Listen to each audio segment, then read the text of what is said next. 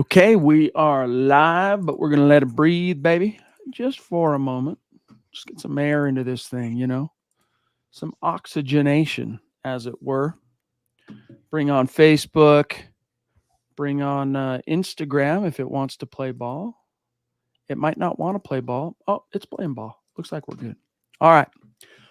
Welcome in, everybody. It is the aftermath episode of the Mile High Huddle podcast. I'm your host, Chad Jensen, and with me is my fellow football priest. You know him, you love him, Zack Kelberman. Zack, here we are now, a day removed. We had a chance to sleep on things and kind of marinate on the Broncos' first win of the season, which was a resounding win. It must be said. It was an authoritative win. How are you feeling about things now? Having had a chance to kind of let things percolate. It was nice celebrating a victory Monday. I'll say that. I know it was one game. It was the Buccaneers, not exactly, the Patriots in their prime, the Chiefs in their prime. But, I liken, I was thinking about this earlier, an analogy I can make speaking for myself. It's like when let's say you're a middle-class kid or you're a lower middle-class kid and you go over to your friend's house who's like wealthy or upper middle class and you want the things that they have and you go back home and you don't have those things. Well, watching other teams score points and sustain drives and have a 2024 offense, I felt those are the things that I wanted, Chad. Those were the rich kid fantasies that I was having about the Broncos. And yesterday, I got to live out those fantasies at least for one game. So my opinion, I'm still riding pretty high. The only thing that is keeping me from being like fully ecstatic is why is it taking now going into the fourth game for Bo Nix to pass for his first touchdown? You know what I mean? Like that's the only thing, but that's a small thing. And it's indicative just simply of the way this season has shook out so far and the complexion of each game. But I'll tell you what, that's going to be a sweet event. That first touchdown pass, it's going to feel like, I don't mean to compare it, Zach, to 2019 when the Broncos got their first sack in week 4 of the Vic Fangio year 1 experience, where he's coming off that massive Chicago Bears season as coordinator. And it's like, wait a minute, why are we week 4 Jaguars? We get our first sack. I don't think this is any kind of harbinger in that direction, but I'm feeling good about it. I think the Broncos, Zach, they took some huge steps forward yesterday. Yeah. We need to see more, but the biggest thing that encourages me is this defense, I think, is for real.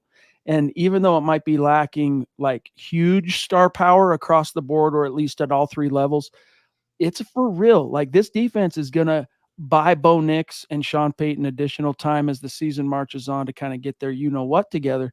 And then the other thing, last thing here, Zach, I'll serve it back, is Bo Nix looked more comfortable. He looked more confident. And I know Sean Payton got a little snappy at the reporters after the game yesterday. No. You're trying to fit your narrative. There's never any problem with his confidence. But I'm sorry, Zach. We watched him in person. There was a huge difference in how his energy and confidence and poise yesterday. Yeah, that's without question. I mean, you can point to the lack of a touchdown pass, but I look forward to it coming next Sunday, Chad, against guess who? Nathaniel Hackett. That will be even sweeter for me. In terms of the defense, they enter week 4 3rd in yards allowed in the NFL and 5th in sacks. So this is VJ's defense, Chad. They tend to play well with a lead. They tend to play well with their ears pinned back, but I'm still not fully bought in yet because we've seen the proclivity for them to break down, for them to fall apart, the rushing defense. He has a little more to prove to me, VJ, going forward. Indeed. We got Sam Bam jumping in with a super chat. Thank you, buddy. Sam. So good to see you. He says, evening, guys. Great all-around win for the Broncos yesterday. They looked well prepared on all ends, and I thought that was a sign of good things to come. Jets are going to be a tough opponent, though, next week. Go Broncos. Yeah, thank you, buddy. And they did look prepared, and not just for the opponent, Zach, but for the environment, for the kind of the stakes. Because, hey, Sean Payton's lived through an 0-3 experience before, like having to sell that at the podium post-game and then the Monday morning. It's like, oh, man, that's no fun. And they were prepared to overcome that yesterday, which was definitely, Sam, a great sign. But, Zach, how are you feeling about this year's Jets matchup, this time, of course, being in the Big Apple? It's, Nathaniel Hackett aside, they have a pretty decent offense now with Aaron Rodgers. Their defense is still tough, but I was writing up a story on Tyler Bidet today, Chad. By the way, that's the actual pronunciation of his name. Hold on. According to Broncos PR, he confirmed it. It's more like bidet than Beatty, but I No digress. way. Yeah, Okay, go on. I'm gonna find the sheet they provide us. Go on. it's Andrew Mason put that out there, so Okay. we'll have that debate tonight. But anyway, the Jets, for as good as they are on defense, they're a little susceptible on the ground. They're allowing 4.8 yards per carry entering Week 4. That ranks 26th in the NFL. This would be a great time, Chad, to get Bidet and Javante and McLaughlin and whoever else, that running game going, take the pressure off Bo Nix and have the short passing game work in conjunction with that. I got to find this. I'm going to find it here when I'm not on the spot, but we'll put that to the test. Not to doubt Andrew Mason. I mean, that dude knows what he's. If that dude says anything relative to factual stuff, like, anyone's opinions can be questioned. I'm not saying that, but facts, he usually has those on point. So, Papa Bear, brother, so good to see you. Thank you for the super chat. It says, good evening, Broncos country, Chad, Zach, and Deacon Scott. I hope you are feeling better, Zach. God bless the USA, Buckham ×3, MHH for life, Broncos for life, and SEAL Team Knicks. Zach, you are looking a little bit more hale tonight. Yeah, I mean, it's just a little head cold. I tend to get sick about once every 6 months, and I got sick at the Super Bowl or during the Super Bowl, so it's about that time. I appreciate the well wishes, though. I'm on the mend. The Lady D from the top rope, Deanna Hendry, checking in. Thank you, Deanna. Love you so much. She says, evening, Chad, Zach, and Scott. Happy Monday. Victorious win day. I think Bidet. I don't know, man. Now I'm questioning like who I am, like where am I right now? Should be the starter, she says. We still need to do something on the offensive line. Have to run, but we'll come back and listen later and join our win week, MHH for life. Yes. I don't know, man. Like, no offense, Lady D, but I think you should be encouraged by how that O-line performed yesterday. Look, no unit, Zach, in today's NFL is going to be without flaw, without some kind of small inconsistency or foible. But really, outside of Zach Garrett Bowles' holding penalty, which he's going to get beat. What would you rather happen, Zach? When you're getting straight up beat, would you rather you're the coach or the quarterback even, and your guy just got straight beat? Would you rather get destroyed and trucked, or would you rather take the 10 yards because he holds him to make sure you don't get trucked? Yeah, take the 10 yards every time. It wasn't just that, though. That Houdini play that Bo Nix had, Chad, if you watch the replay, Bowles got beat easy, straight off the edge. I mean, it wasn't even close. So he's still the concern for me. I've had this conversation with you for years now. Chad's right, though, Deanna. The rest of the O-line, including Palcho, Al Powell, right tackle, was a big difference maker yesterday. I want to see them do it against a defense that is not without their two best linemen like the Bucs were. They didn't have Vita Vea or Kajaya Cansey, whatever his name is. So the Jets will be a good test, Deanna, and hopefully they respond like they did yesterday. I'm still looking here for the pronunciation guide. I'll find it here. But I was really encouraged by the offensive line yesterday, and I think it's coming together. It's coming together at about the rate that the offense seems to be coming together. Is that a coincidence? No. The Ronk, what's up, bro? Thank you for checking in tonight, my dog. He says, good evening, Chad and Zach on the Mile High Huddle podcast. Aftermath, go Bo Broncos. Yeah. How are you feeling today, Ronk, about your Broncos finally breaking the ice on the 2024 season? Zach, I thought it was really cool yesterday. The Broncos were helped immensely by two kind of sleeper performances. Now, look, nobody off the heels of one singular carry against the Steelers was seriously expecting Bidet to come be like the man in week 3, right? Like in terms of, you may have wanted it. You may have been like, they need to utilize him more, but I don't think few people expected him to lead the running backs in rushing, lead the team in rushing. So you had that. And especially in the second half, Zach, that was a sweet boost when you're trying to stay on the field and keep Baker Mayfield on the sideline and protect that lead and kill that clock. That was nice. It was clutch. It was handy.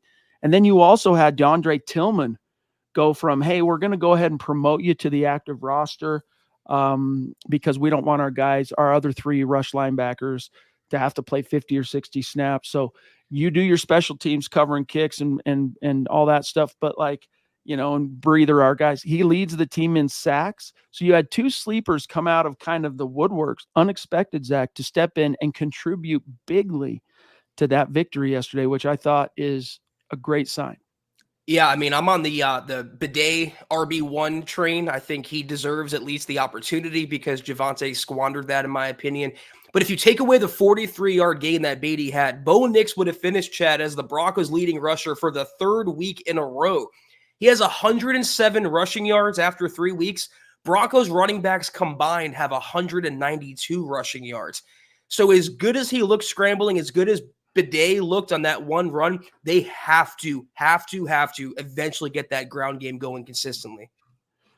I'm glancing through this thing. I always forget where I see the pronunciation guides, but I'll come back to it. That's going to bother me. Okay. Let's see what's on the chat's mind here. We've got David Yunkin jumping in.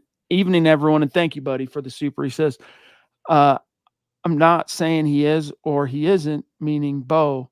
What does Sean do in the offseason to protect him? Meaning he's saying, I'm not saying he's not being protected, but Zach, what does Sean Payton do to protect Bo in the offseason? A lot of season left to play, David, so we'll see how that shakes out. But top of my mind right now on September 23rd is maybe invest a draft pick and a tackle, something the Broncos haven't done since Garrett Bowles. I think this is Garrett Bowles' last season in Denver, and he's not looking too good. So I would get a blindside protector for Bo in the offseason, and maybe an athletic pass-catching dynamic tight end or wide receiver too. Just another game-changing player on that side of the ball. That's how you protect and help Bo Nix. Man, this is bugging me. Yeah, that's what the mocks are. I mean, Nick Kendall, I always kind of like roll my eyes at our certain guys this time of year on staff sending us like draft articles. Even if the team's doing well, it's like, hey, we're a ways away from that being relevant to the vast swath of Broncos country. But when things start out 0-2, I'm like, yeah, let's go ahead and publish this one, Nick, where there were two different major publications, PFF and I forget the other one. PFF. I forget the 33rd team, I think it might have been, but predicting the Broncos are in one a top 10 pick and the other a top 5 pick, and in both cases taking a wide receiver, Zach, in the 2025 NFL draft. George Fox, I think the team may have found a better way to play the game. Now we'll see if we can get a little better. Hit the thumbs up, Broncos for Life, MHH for Life. Yeah, guys, while you're with us, make sure you are liking the video. It's a small thing you can do to help us out in a big, bad way. Thank you. Appreciate that.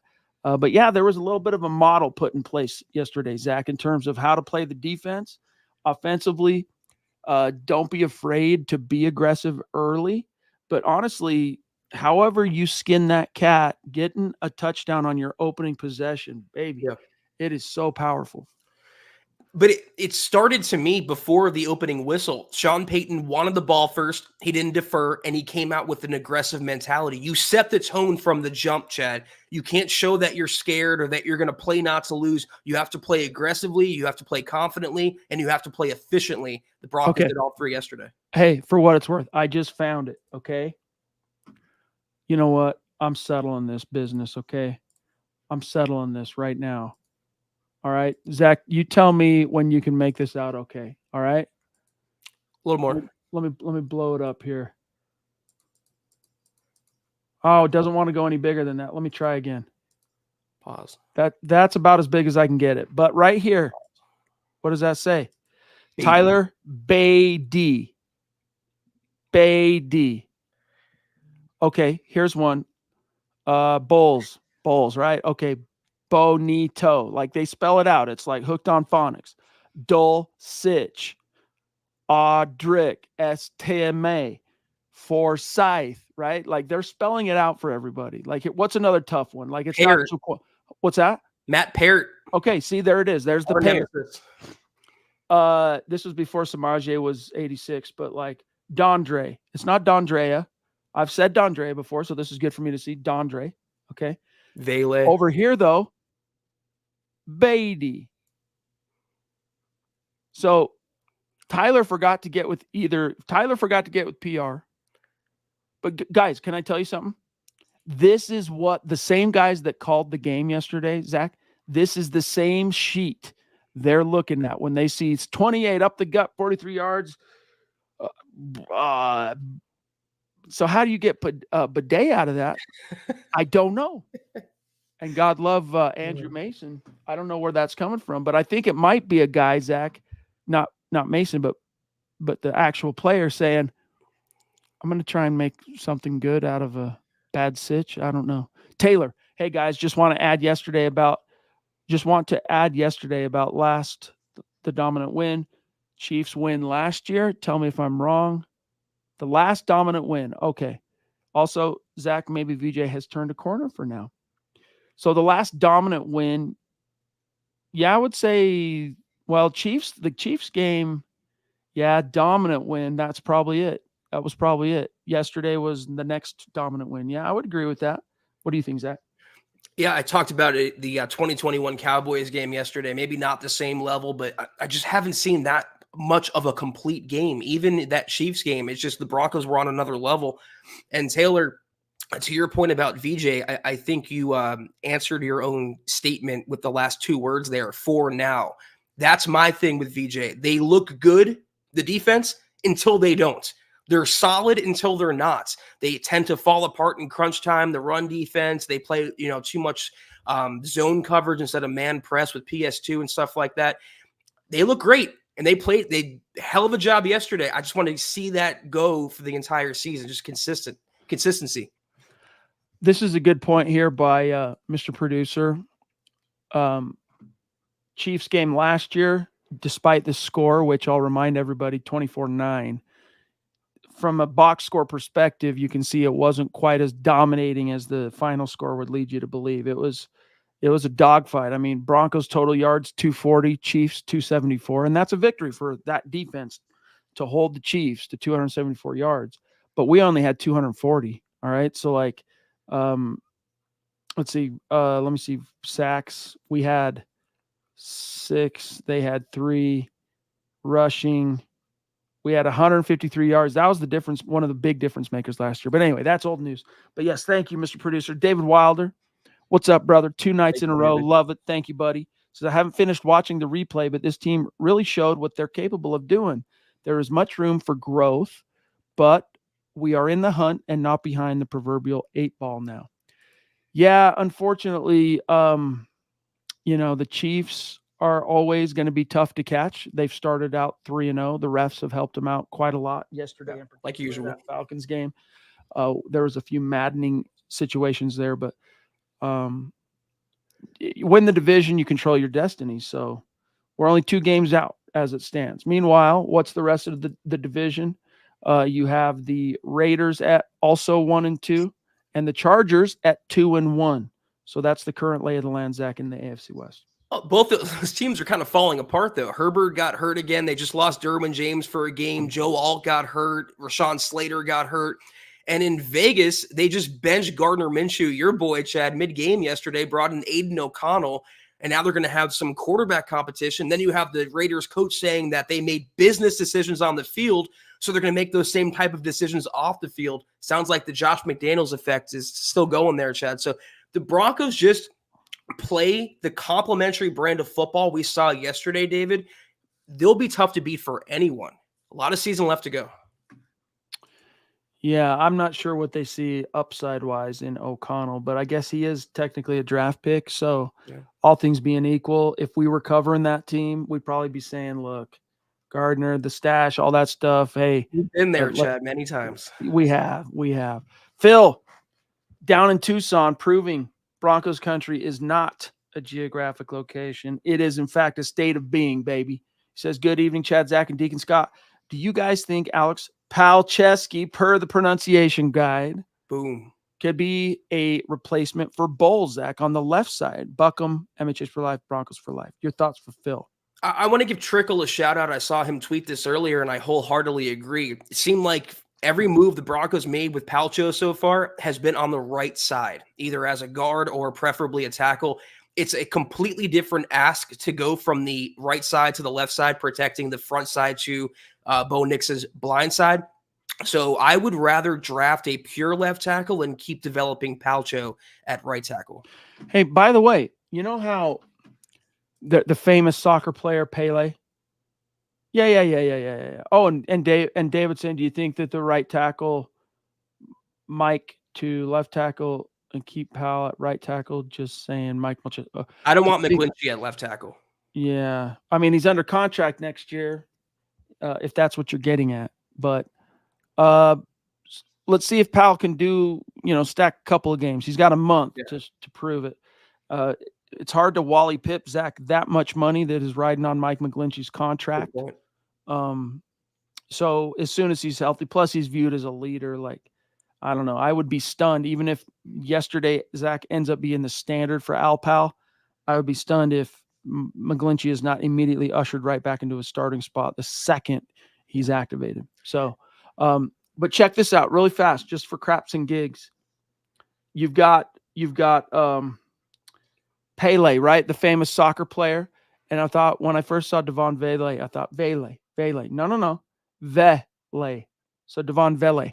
That's how you would say it.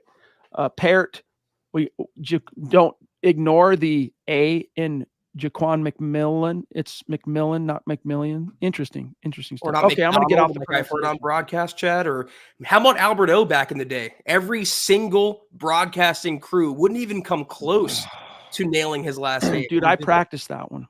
I had to. I practiced typing it.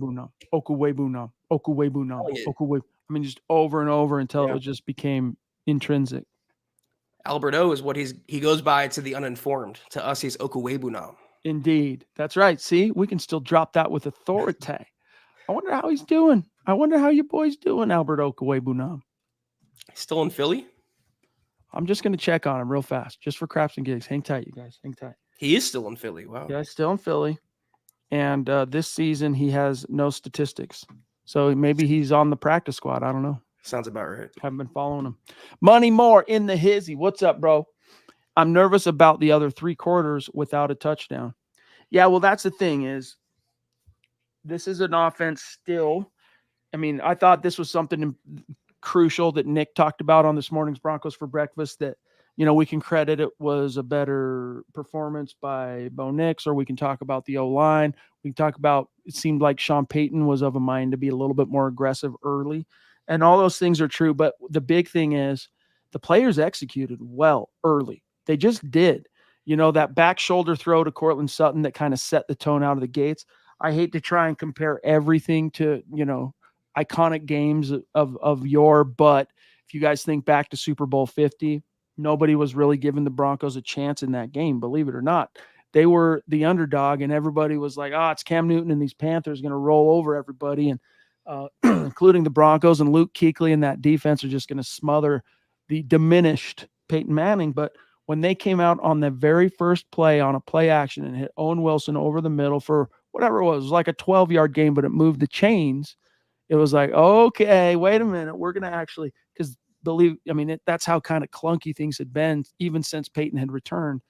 And it was kind of like that, Zach, where it was a statement throw right away and it set the stage for more. But then the Bucs, they get paid too. And they said, well, wait a minute. So I hear you, Money More, but baby steps. It's a rookie quarterback. He did take quite a few. I'll say he took some toddler steps yesterday, Zach. He took more than a few toddler steps. I think that was an adult step he took yesterday just because of the aura that he had. And I hate to overuse that word. And I know it's an intangible quality, but you saw that back shoulder throw. And I don't know if you said it to yourself, but I said it to myself. Just seems different this game. I think it's going to go differently. I have the power of hindsight when I say that, but just looked like a different player yesterday because it starts with the mental preparation. Hey, look who we got here. It's Albert Knopper's legendary mythical figure himself, a.k.a. the Mile High Dutchie. As you can kind of see from his thing in the background on his profile pic, we've missed you. We're glad and we're stoked to have you back, big dog. Hope you are still doing well from our last correspondence. Great to have you back. Okay, let me see here. Where are we at? We're at 25 minutes. We're doing pretty good. Let me see what Mr. Producer. I spelled Albert O's name. Control C. Exactly. Dude, that's true. How many people, when they're blogging and writing and covering the Broncos or now the Eagles, when they have to write about Okwebunam, they're not remembering how to spell it. They're just copying and pasting from a roster because that's a hard one to. It's hard enough to pronounce. Remembering how to spell it is equally taxing. But I move on here. Let me see. There was one from Lee. Was it Leroy? Yeah, there he is. Mile high salute, guys. I think the Broncos should do some old school country blocking like the Redskins used to do with the hogs on the line, or some zone blocking schemes like the Broncos did back in the day. Sometimes you must go back and look at some running film on offense. Yeah, I think Sean Payton kind of does a little bit of both, but it seems to me, Zach, that even though it's a West Coast offense, it seems to be pretty equal. I don't know, but I'm not a blocking expert. It goes to show you, though, like when we talk about Javonte Williams missing the hole, it's not. I mean, yeah, when he runs into a guy's back, Zach, it kind of implies that he's missing the hole.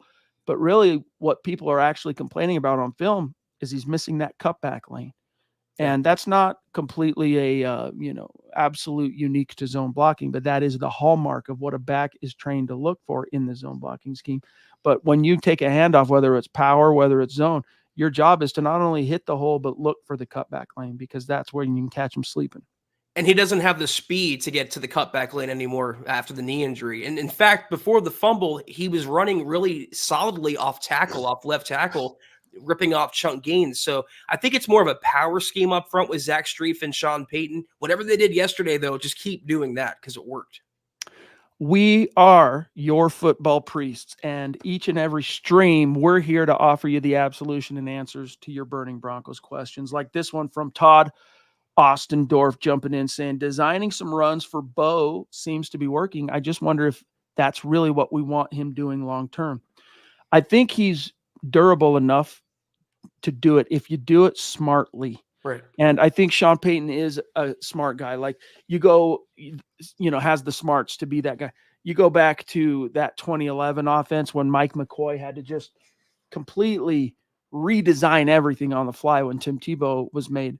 And you would have straight up the gut, like power run, quarterback runs, right? Like you had straight, we're telegraphing to you right now, our quarterback is going to take the snap out of the shotgun and straight run it off the A gap, stop us. And teams couldn't, dude. It was tough to beat them because that O-line was playing well. It was a good O-line. And Tim Tebow was just a tough dude to bring down, Zach. But that's not what Bo is. And yet, he's got some thickness to him. He's got some muscle, especially around the legs, as Sean Payton talked about during his what struck him as during his pro day.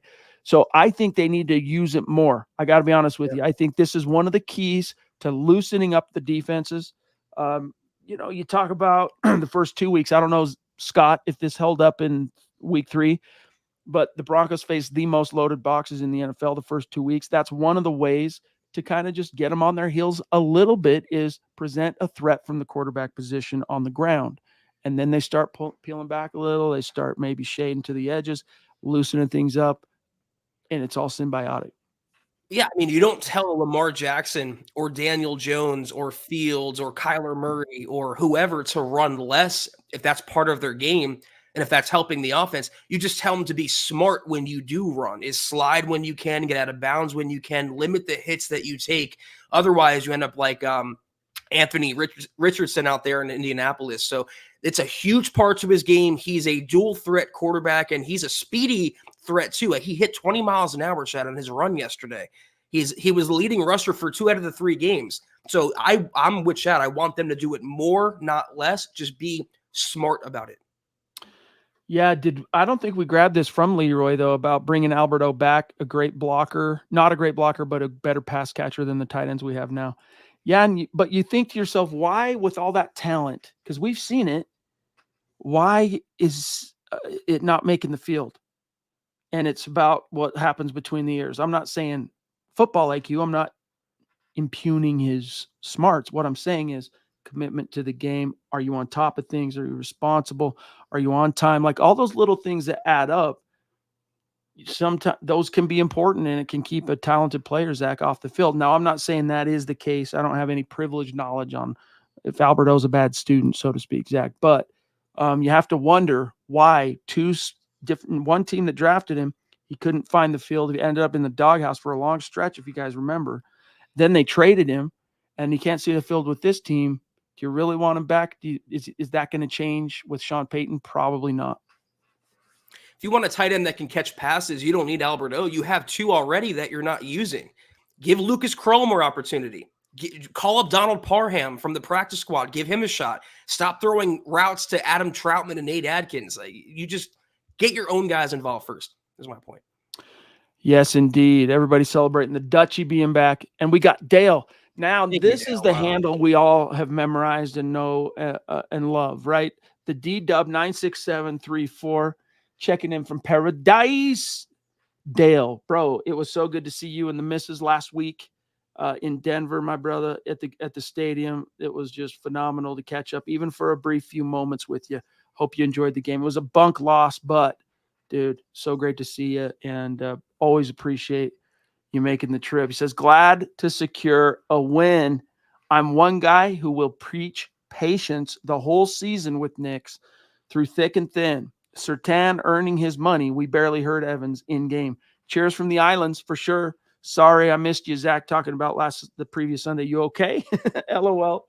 Broncos for life, Zach. And then I got a few things to say. Yeah, I'm good, Dale. Thank you so much. I'm sorry I couldn't see you, but definitely appreciate, as always, everything you do for the podcast, including your message here, which is patience and just let Bo Nix have the entire season, trust the process. I want to just, if I could, talk about Surtain.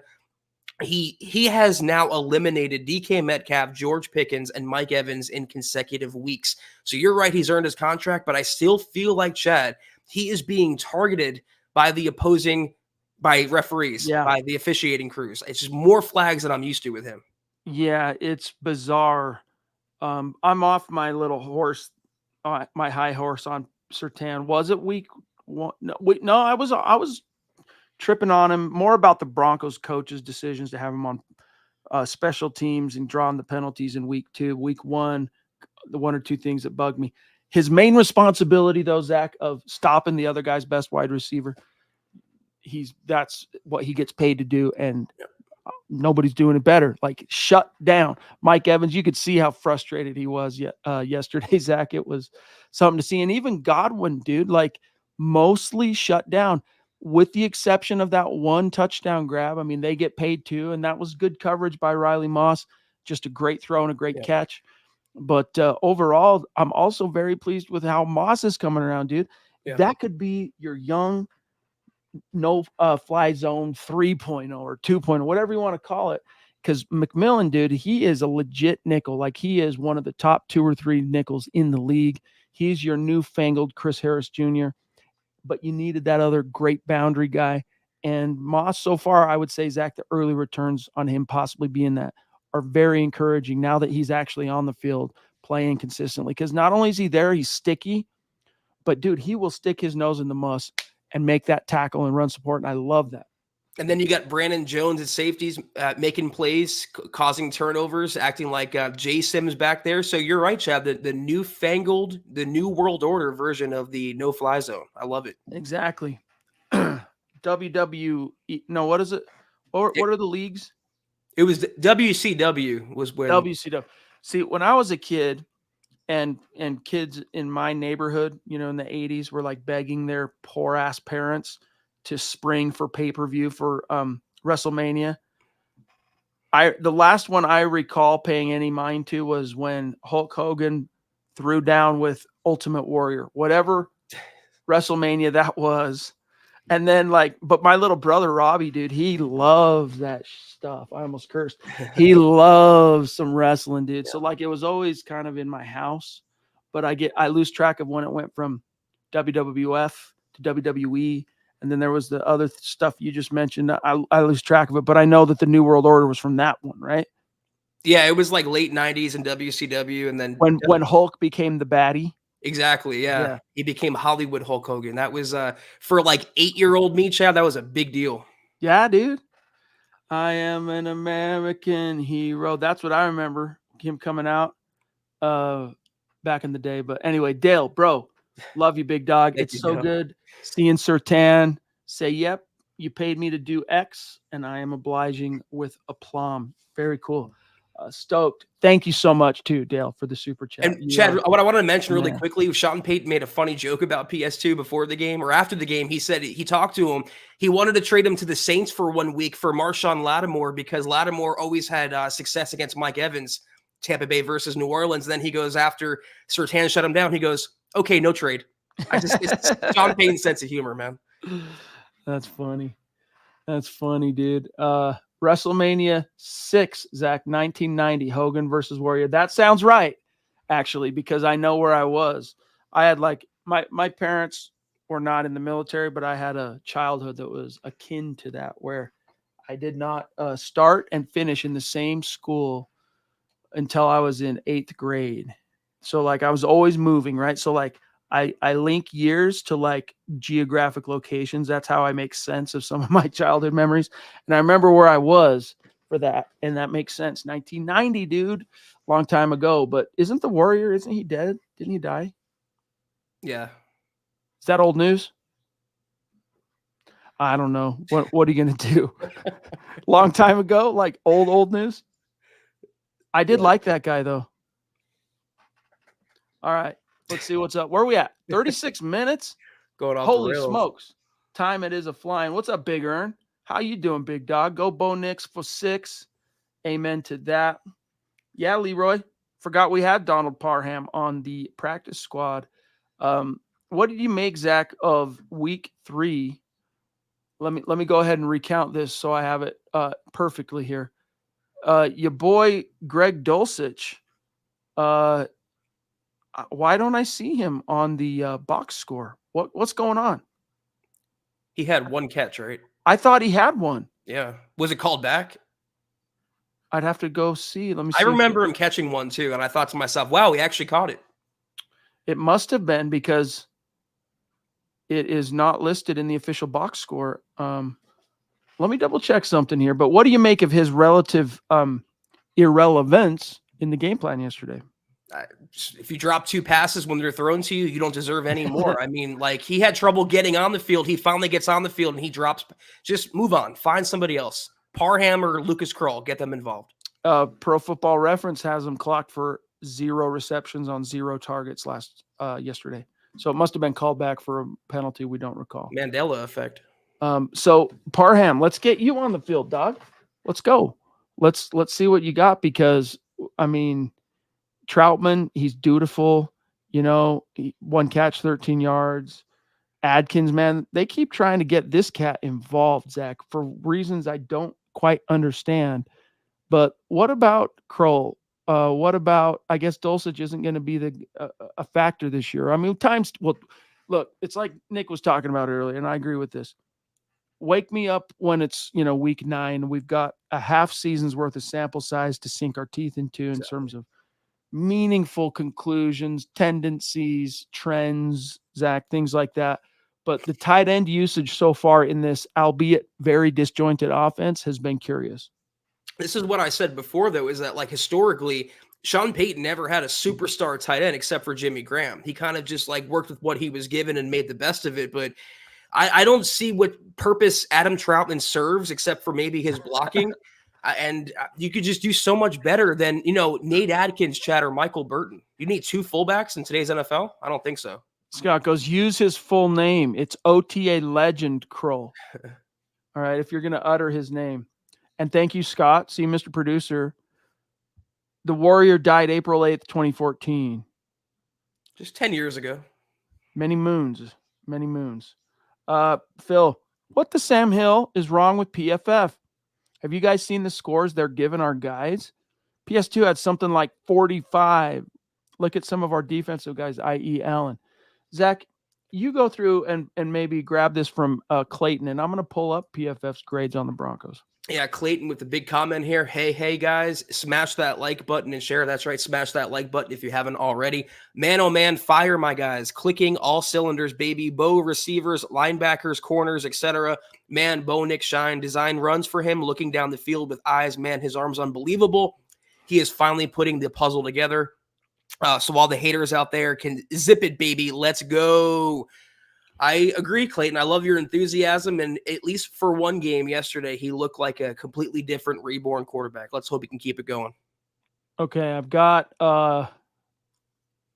where to go? Denver at Tampa Bay.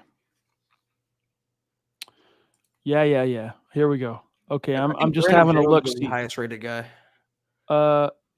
Yeah. Where's the grades? Okay, grab another one, Zach. Let me see. I clicked into the wrong. I'm looking at snap counts and actual stats. Let me find the grades. Sure. We got Woofy Malat throwing out $1. I think that's $1 super. Appreciate you, Woofy, so much. I think David's out for the night, so have a great night, David. Appreciate you.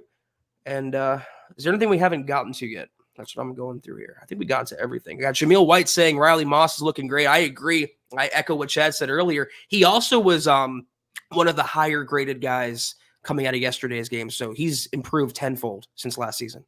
All right, so let me see if this has. It's been a minute. I got to be honest, guys. I apologize for the delay on this, but it's been a minute since I actually spent any time on PFF's site. Here, I got you. So I'm having a hard time finding the grades, dude. I see the recap, but where's the actual grades? I don't know how do I find player grades? But I want to go by game, and this is trying to make me do it by team. So I don't know, but we'll circle back. I dropped something in the side chat, Chad. The 5 highest graded Broncos. I think it's 5. Yeah. So I'll go through it really quickly. You can pull it up on the share screen if you want. Brandon Jones, 92.8. Riley Moss, 91.1. Cody Barton, 83.5. Quinn Miners, 76.7. And Cortland Sutton, 75.6. The top 5 highest graded Broncos in week 3. No PS2, who shut down Mike Evans, and no Zach Allen, who's graded out in other ways as like a top 5 interior defensive lineman. Crazy. Okay, so thank you for that, Scott. Also found here it is. Let me blow this up. We're gonna go ahead and violate PFF's terms of subscription service here, but hey, charge it to the game, as they say. So how well can you see that, Zach? A little more. How's that? Better. It's good. All right. So Brandon Jones, 91.5. Riley Moss, they're loving Riley. Cody Barton graded out high. DJ, no grade. Or no, that's coverage. Hold on. How do I'm going to have to go down one size. I'm going to have to go to that. Okay. There I can see everything. So total grade. Okay. So 92.8, 91.1, 83.5. Sertan yesterday, a 67.2. Coverage grade of a 63.8, which obviously Zach sucks. It's not good. Is it the worst? No. What are they seeing, dude? What the Sam Hill are you thinking? Riley Moss's coverage grade, by the way, 91.2. And I'm not taking anything away from Moss. But PS2 locks down Evans, and that's the grade he gets, Zach. So I understand why Phil and others are a little miffed at that. I would also argue that PJ Locke deserves a better grade than a 73.7. I want to see what Dondre got here. Where's Dondre? Right here. They only gave you Boyd Dondre a 68.1, despite his 3 tackles, 2 sacks, and a QB hit. Anything else jump out to you here, Zach? No, I mean, I look at it the same way I look at the Bo Nix Houdini run he had. No one today is talking about that, Chad, because it was a good Bo Nix play. If it was a bad Bo Nix play like we saw the first 2 weeks, it would be leading every news station. So my point in saying this, I've said it for a while with PFF, completely subjective, full of biases. It's Broncos biased. They graded Bo Nix as a run blocker. Look, right here, dude. Run block. Grade 60. Anyway, 72. As far as his PFF grade, it's good, not great for yesterday. So who was the highest? It was Quinn Miners with a 76.7, which I got to be honest, Zach, it was good to see Quinn bounce back yesterday. He had a rough couple games to start the season, so that was good to see. It was also good to see Sutton bounce back because he gets a positive grade here from PFF. Then you check the box score. He also led the way with 7 receptions on 11 targets, 68 yards. So that was good to see. Let's see. Bowlesy also graded out well. Jalil graded out well, even though in the box score, your boy averaged 1.4 yards per tote. Rough. Uh, let's see. Beatty graded out well. Obviously, Ben Powers was, according to PFF, Zach, middle of the road. Alpal, middle of the road. Where's Christian or Luke right here? 56.6. They didn't appreciate Luke Wattenberg, Zach, at center. We've said it for years. Take these grades with a massive grain of salt. It's still a human inputting them. It's human biases at play, and I just think whoever is inputting these data points has something against Denver, Chad, because it's been a continuing theme.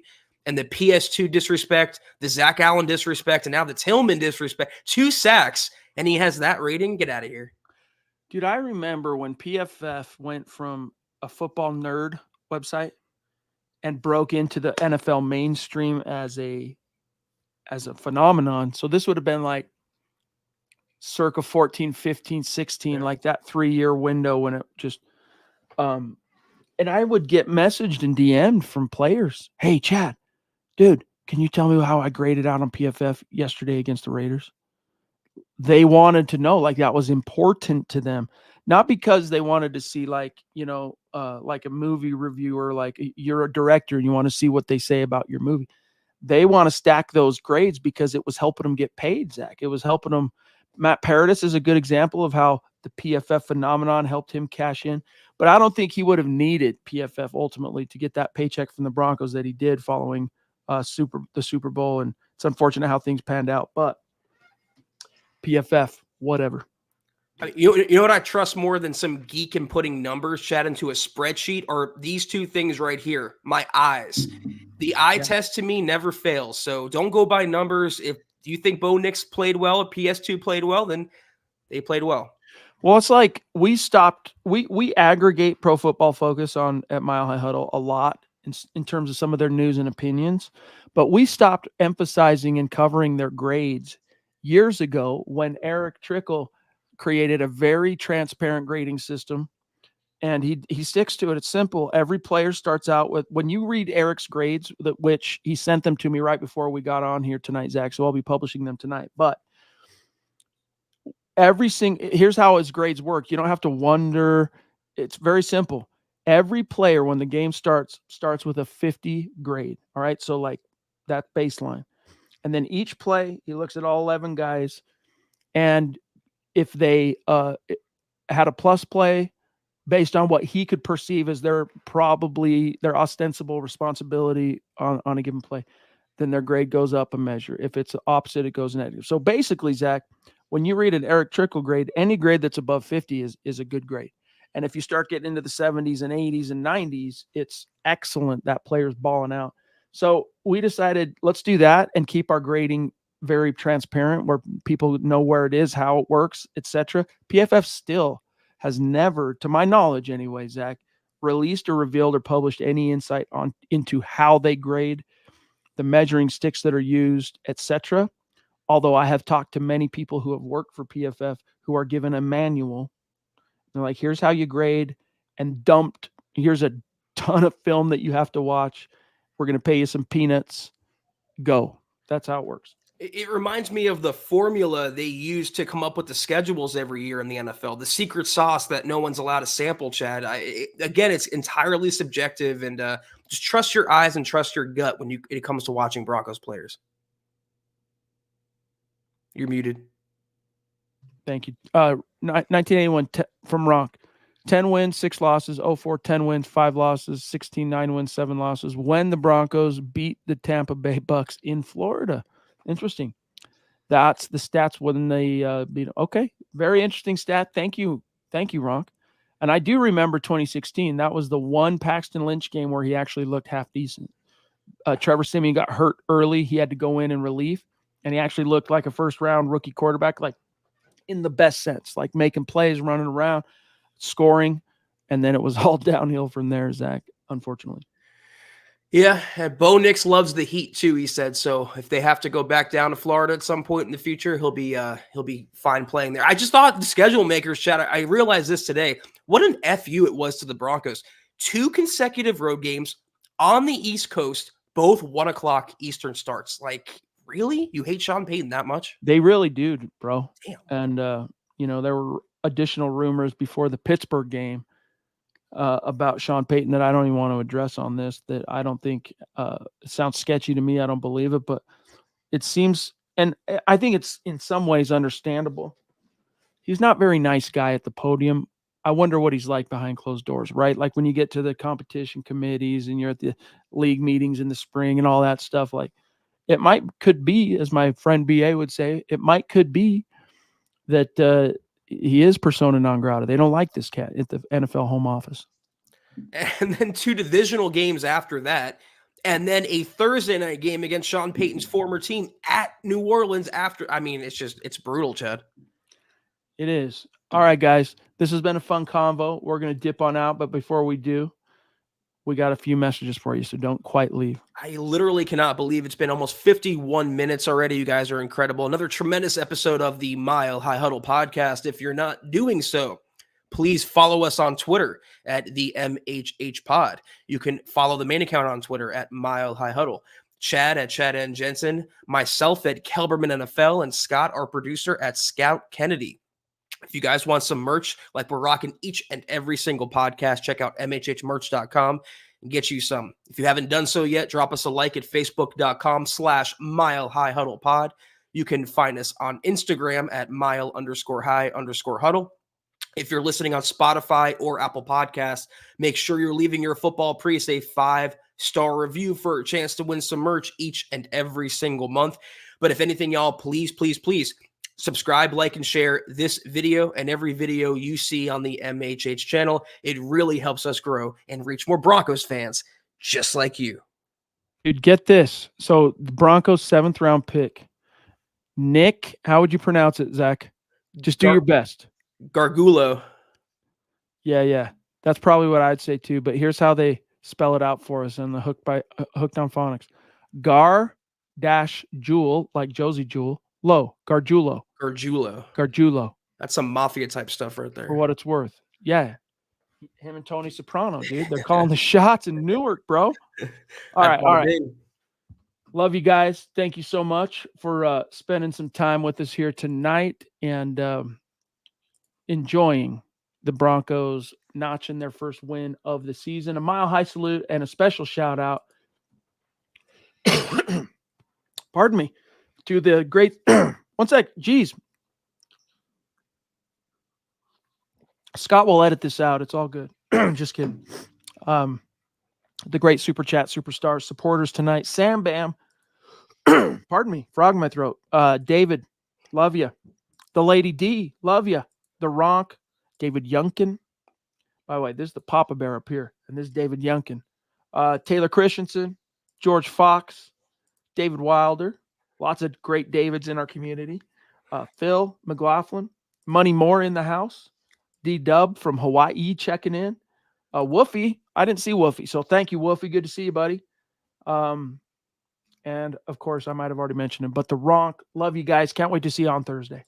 Have a great start to your week. We'll see you Thursday to break down week 4. Take care, and as always, go Broncos.